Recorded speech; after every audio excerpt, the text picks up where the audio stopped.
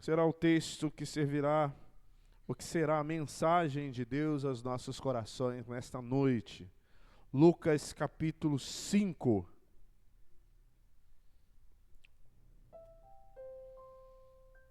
Lucas capítulo 5.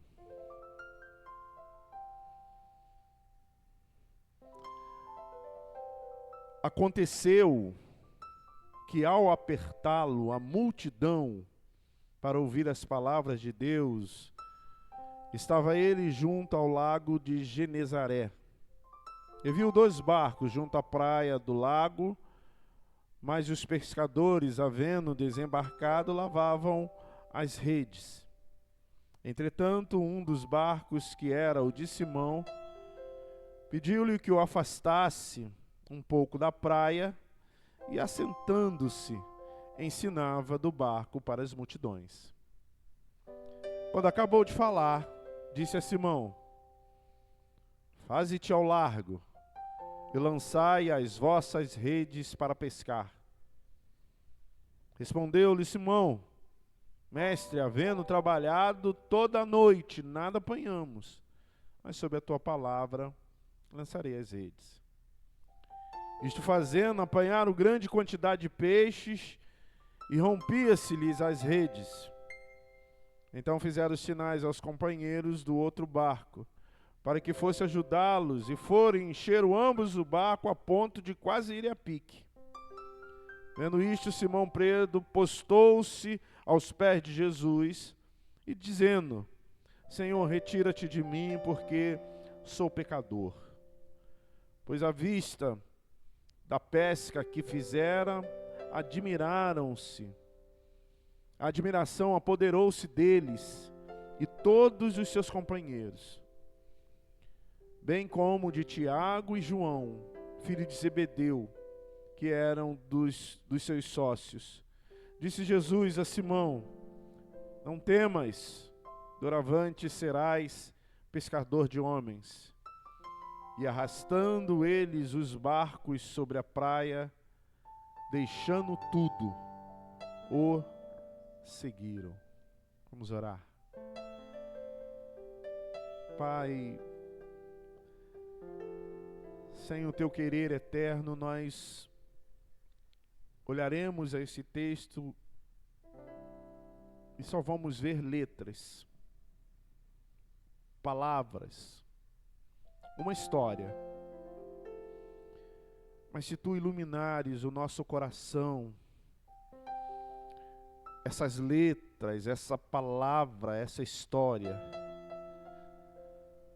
adentrará em nós como uma mensagem santa, poderosa, transformadora, que nos levará a um nível mais alto da vida em que nós estivemos até hoje. Porque a tua palavra é eficaz, a tua palavra é poderosa, a tua palavra é transformadora, a tua palavra é santa. Essa palavra é do Senhor, meu Deus, e nós cremos que há poder, muito poder, por meio da tua palavra.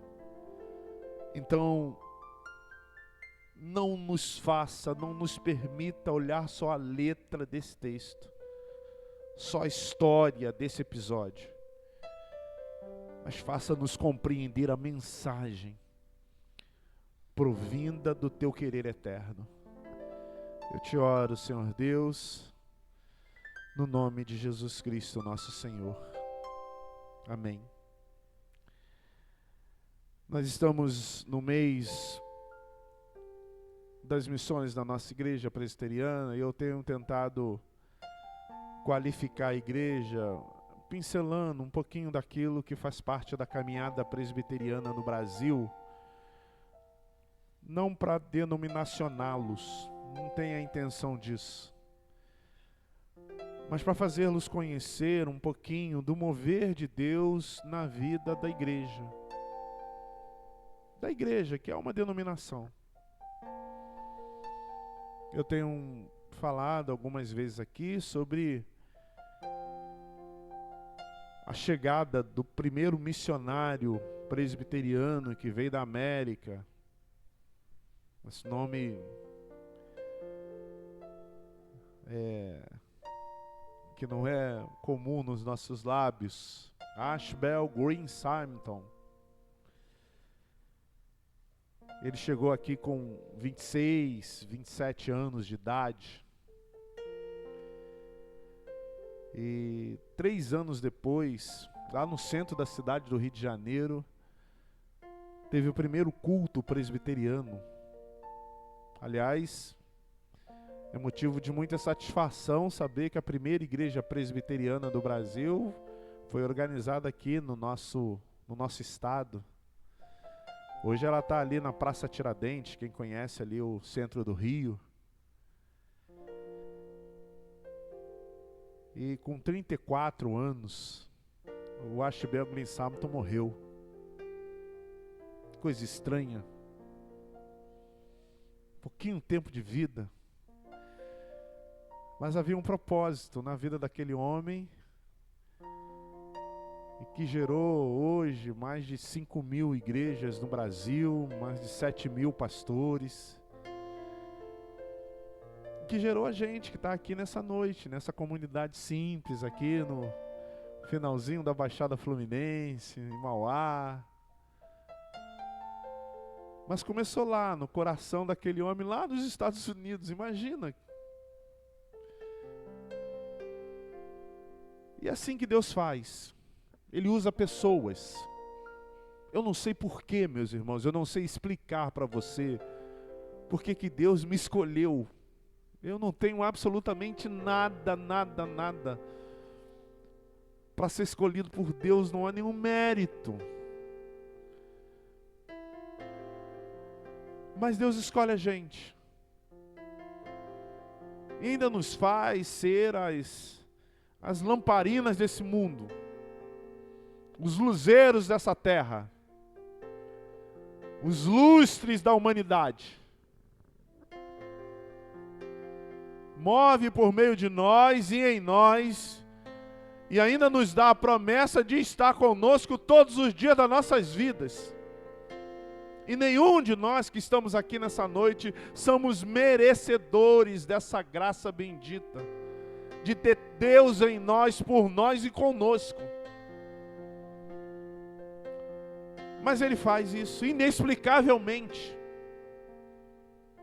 assustadoramente. Ele nos assombra com a tua presença, não para que nós tenhamos medo dEle, mas temor por Ele, reverência a Ele. E Ele vem nos dizendo todos os dias da nossa vida, nos dá a capacidade de ouvi-lo, de percebê-lo, por meio daquilo que Ele faz ordinariamente, por meio de coisas extraordinárias, e especialmente por meio da sua palavra, o seu texto escrito, os testamentos, o novo e o velho, para que nós andemos em novidade de vida, para que nós compreendamos quem Ele é em nós e por que Ele é por nós. Mas eu sinceramente não entendo por que Ele nos escolheu. Esse texto que a gente acabou de ler faz referência a isso. Modela para que nós sejamos capacitados em visualizar essa escolha, esse chamado, esse mover intrigante do ser eterno no ser criado, no ser independente por ser necessitado, do ser soberano ao ser limitado, do ser Deus ao ser humano. Essa interação, esse contato, essa aproximação, essa atração que Ele faz contigo e comigo, para que nós nos acheguemos a Ele, é impressionante, é incalculável, não pode ser medido. Aliás, é desmedido. É incompreensível. Por que que Ele nos quer? Por que é que Ele nos chama? Esse versículo conta a história de aliás, a maioria dos subtítulos que estão negritados na Bíblia de vocês, deve estar escrita a pesca maravilhosa. Eu temo que esse título não é bom para esse texto. Você sabe que o título não é bíblico, não é a palavra de Deus. Então a gente pode não concordar com o subtítulo. Porque acompanhe comigo o texto, e se você puder manter a sua Bíblia aberta, faça isso. O versículo 1 diz que a multidão o seguia para ouvir a sua palavra, porque por onde Jesus passava, muita gente ia com ele. Porque por onde ele passava, cego, gente que não via, voltava a ver, coxo andava, gente morta voltava a viver. E aí quem não quer ficar, quem não quer andar perto dessa bênção maravilhosa? Ele falava coisas que soltava a alma, estremecia o espírito. Então Jesus arrastava multidões. No versículo 2, diz que ele está próximo ao lago de Genezaré, e aí tem 2 barcos, e os barqueiros lá, os pescadores, estão lavando as redes depois de uma jornada, de uma madrugada de pescaria. E ele se aproxima, sobe num barco e pede para um rapaz chamado Simão: afasta um pouquinho da praia para que eu possa ensinar a esse povo. Então ele entrou no barco, está no versículo 3, pediu para afastar um pouquinho da praia e começa a ensinar. No versículo 4, no fim do sermão, no fim da mensagem, no fim do estudo, ele disse para o Pedro: afaste um pouquinho o barco e lança as redes novamente na praia. Imagina que o Simão Pedro, o mais intrépido e ousado de todos os, deve ter assustado um pouco. Mas ele respondeu assim, no versículo 5, a gente trabalhou a noite toda. E eles eram pescadores experientes. Trabalhando a noite toda e não pescamos nada. Analogia comparável parece os pescadores da IPM Praia, né? Eles pescam, não traz nada. Mas sob a tua palavra eu vou jogar a rede. E jogou. Assim, o versículo 6 e o versículo 7 conta o desfecho dessa obediência. Diz que veio tanto peixe na rede que as redes já não suportavam mais. Ao ponto do Simão falar assim: meus irmãos, traz o outro barco. E o texto diz que colocaram peixe num barco e no outro, e os barcos quase afundaram de tanto peso, de tanto peixe, que foi o resultado daquela pescaria. Aí se você olhar o versículo 8, você vai ver que nesse momento, o coração do Simão Pedro é tocado, é compungido. E ele diz assim: Senhor, eu não sou digno de estar na sua presença, porque eu sou pecador. Ele olha para dentro de si, e aí eu me reporto a esse sentimento do nosso irmão: eu não sou digno. Eu não sou digno de estar na tua presença, Senhor. Mas aquele cenário todo, ele expressou a perplexidade e a felicidade daqueles homens de verem um manifestar de Deus, a presença de Jesus na vida deles. E aí no versículo 10, o Senhor Jesus se refere a ele em 2 viés. Primeiro ele diz para eles assim: não temas. E depois ele diz a eles assim: eu lhes darei uma nova missão. Vocês vão preservar a função de serem pescadores.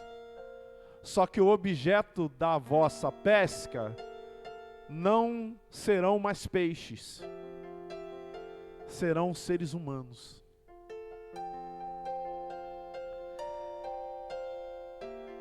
E no versículo 11, aí vem o desfecho. Sem questionar, sem condicionar, sem perguntar o que imagine se alguém falar assim, a gente conhece o texto, aí fica fácil da gente entender. Vocês agora vão pescar homens. De que esse homem está falando? Mas eles não questionaram, não condicionaram, não. O texto diz que eles o seguiram. Eles disseram, olha... Aliás, eu acho que eles não disseram nada, porque o texto não diz que eles disseram alguma coisa. É como o anjo que chamou Jacó e preparou Jacó contra as artimanhas do seu sogro Labão. Ele chamou Jacó. O anjo no Antigo Testamento é uma espécie que representa Deus. Então, quando o anjo falava, é como se Deus estivesse falando. É quando mesmo Jacó é chamado por Deus, que disse assim, Jacó, Jacó, pode ir para o Egito.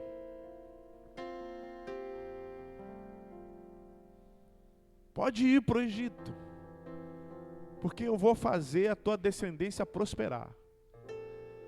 Jacó é pai de José.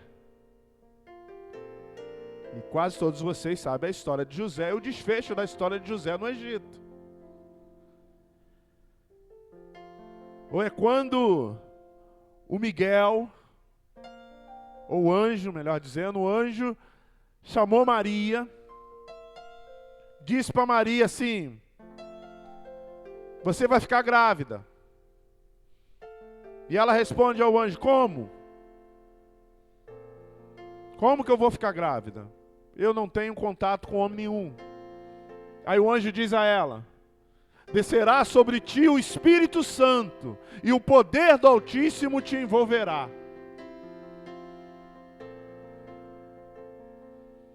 Ou quando Abraão levantou o cutelo para matar o seu próprio filho Isaque, e o anjo disse assim, pera lá, não faça mal nenhum a esse menino. E ainda, quando Moisés avistou uma sarça,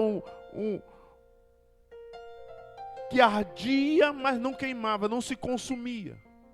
Um arbusto. E ele se aproxima e uma voz vem e diz a ele assim, tire as sandálias dos pés, porque esse lugar que você está é santo. Porque eu ouvi a aflição e o sofrimento do meu povo. E os tirá-lo-ei com mão forte do poder dos egípcios.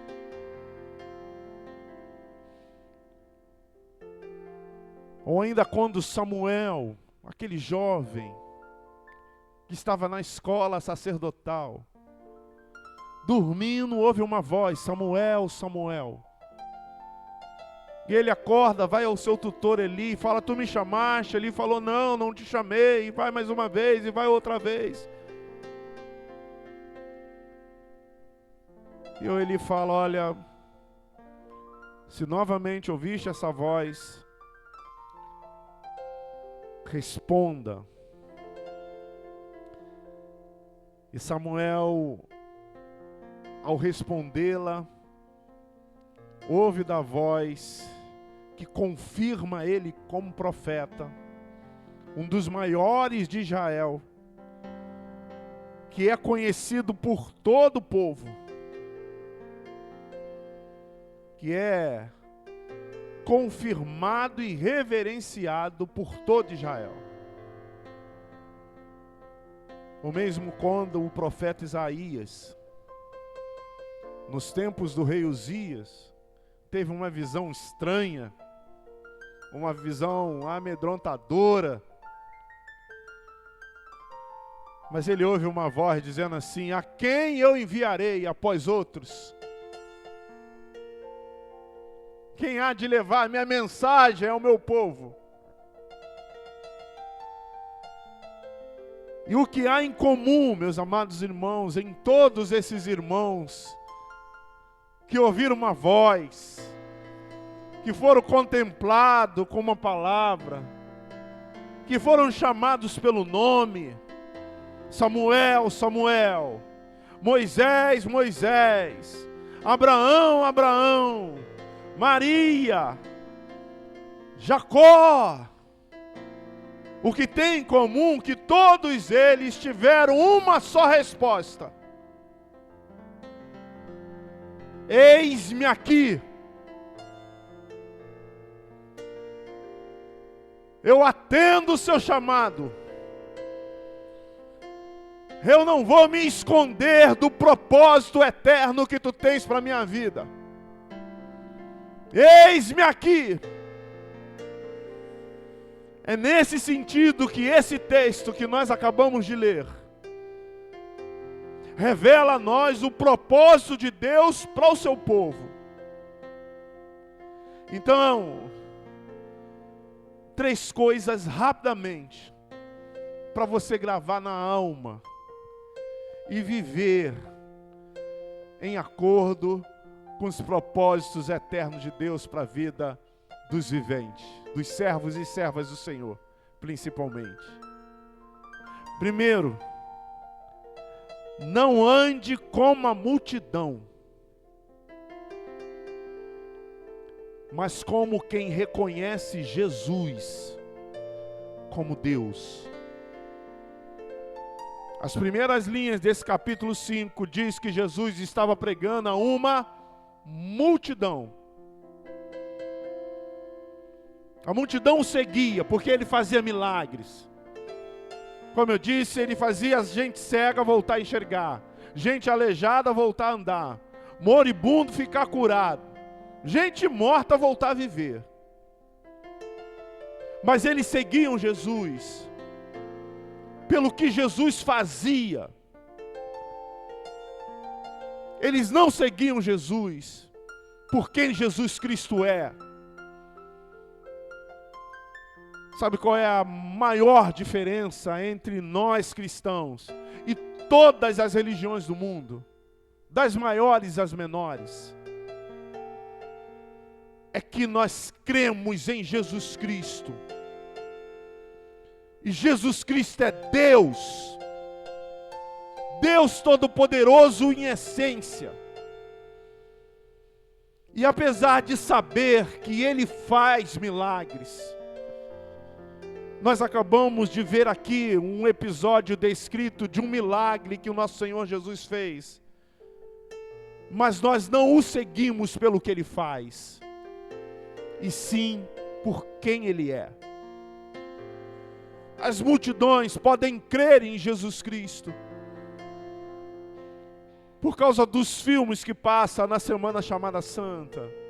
As multidões podem crer em Jesus Cristo porque acreditam que realmente Ele faz milagres. As multidões podem crer em Jesus Cristo porque sua história é fantástica, é bela e vai de geração em geração. Mas nós cremos em Jesus Cristo porque Ele é Deus Todo-Poderoso. Nós cremos em Jesus Cristo porque Ele é o Senhor das nossas vidas. Saia do meio das multidões. Nós não seremos contados como multidão, como multidões. Nós seremos contados como uma única pessoa. E é assim que Deus te fez. A tua digital só é tua, não é de mais ninguém. O teu código genético só é teu, não é de mais ninguém. Os seus olhos, a retina dos seus olhos é só tua, não é de mais ninguém. Não há ninguém que seja como você nessa terra. Deus te fez como ser único. É por isso que nós podemos estar envolto a muitas pessoas. Nós podemos ter um monte de seguidores, mas Deus olha diretamente para cada um de nós. Então, não ande como a multidão. Ande como filho e filha de Deus, como servo e serva do Senhor. Segunda coisa, em Deus, você pode não compreender tudo. Mas se Ele disse que é, será. Olha, meu irmão, se você quiser todas as respostas, sinto te dizer, mas você vai se frustrar. Esses dias eu estava conversando com um grupo sobre predestinação, que faz parte da doutrina da nossa igreja. E a gente foi, até que chegou no momento que eu disse, daí para lá eu não consigo ir mais. Pastor, mas o senhor não crê? O senhor não é pastor presbiteriano? Eu falei, creio. Eu só não entendo. E se eu não entendo, eu não consigo explicar. Esse negócio é um negócio misterioso que chama fé. Eu creio em Deus, mas eu não consigo explicar Deus. Eu nunca fiz uma radiografia de Deus para saber quem Deus é em sua essência, porque se eu soubesse quem Deus é em sua essência, eu estaria no mesmo nível dele. Então tem coisa que está acontecendo na tua vida hoje, que você não está entendendo talvez. Não dá para explicar. Mas se Ele disse que é, pode crer, sem entender, que será. Jesus chega para o Pedro e fala assim, lança a rede. Senhor, a gente ficou a noite toda, a gente não é marinheiro da IPM Praia não. A gente sabe pescar, a gente não pescou nada. Pedro não entendeu porque que ele mandou botar lá a rede. Mas soube debaixo, crendo na tua palavra, eu vou jogar a rede. A gente não crê nas coisas, meu irmão. Sabe esse negócio? Eu tenho certeza. Não, a gente não tem certeza de nada. A gente crê em Jesus. Pedro não tinha certeza de nada. Pedro não sabia nem o que ia acontecer. Mas se Jesus disse que é, será. Mesmo que você não compreenda isso. Então, quando você estiver lendo a Bíblia e ver uma promessa de Deus, você fala assim, olha, eu nem entendo como é que isso vai se cumprir na minha vida, mas eu creio que vai. Amém?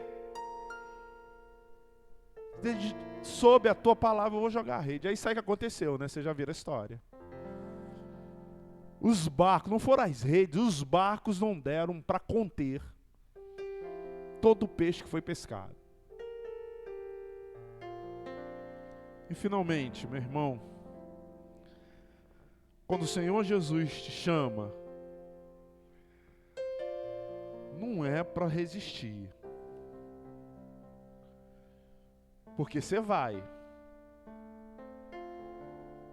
Eu não sei de que jeito, mas você vai. Nem se for como Jonas foi, o profeta. Mas você vai. Porque esse Deus que nós servimos, Ele é irresistível. Ele olha para os discípulos e diz assim, agora vocês viram o que eu faço, né? Agora eu quero ver qual é o comportamento de vocês. Vai ser igual a multidão? Porque a multidão é assim, meus irmãos. Eles seguem Jesus pelo que Jesus faz. Se Jesus fizer, eles não têm mais motivo de seguir Jesus. Porque eles já alcançaram o benefício que eles queriam em Cristo. Os servos não. Eles pescaram um monte de peixe. eles nem desfrutaram daquela pescaria maravilhosa. Jesus falou: agora larga tudo e siga-me. E eles o seguiram, sem pestanejar, sem questionar, sem condicionar. Eles não resistiram ao chamado de Jesus. Eles fizeram como aqueles irmãos, ou essas histórias que a Bíblia nos apresenta de monte. Moisés, Moisés, tira a sandália dos pés, porque o lugar que você está é santo, Moisés. Eu ouvi o clamor e o sofrimento do povo, Moisés. Eis-me aqui. Samuel, Samuel, eis-me aqui. Isaías, eis-me aqui. Abraão, eis-me aqui. Maria, eis-me aqui. Eles não resistiram, mesmo sem compreender. Sai da tua parentela e vai para a terra que eu te mostrarei. Mas não dá para mostrar antes, não. Dá para fazer um... Não. É para crer. Então, meu irmão e minha irmã, se Deus tem te chamado, não resistais. Vem, e pode vir sem medo. Que não existe lugar melhor para que você esteja que não seja na presença do Pai.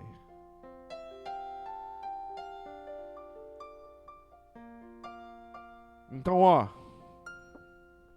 sai do meio da multidão. Você não é mais um, não é mais uma. Você é um em Cristo. Confie, mas confie mesmo. Confie no Senhor. Sobre a tua palavra eu vou jogar a rede. Confie em Deus, meus irmãos. Não tenha nenhuma restrição com Deus. E de uma vez em toda, no nome de Jesus, viva o chamado que o Senhor tem para a sua vida. Pastor, como é que eu sei disso? Quarta-feira que vem a gente vai conversar sobre isso. Amém?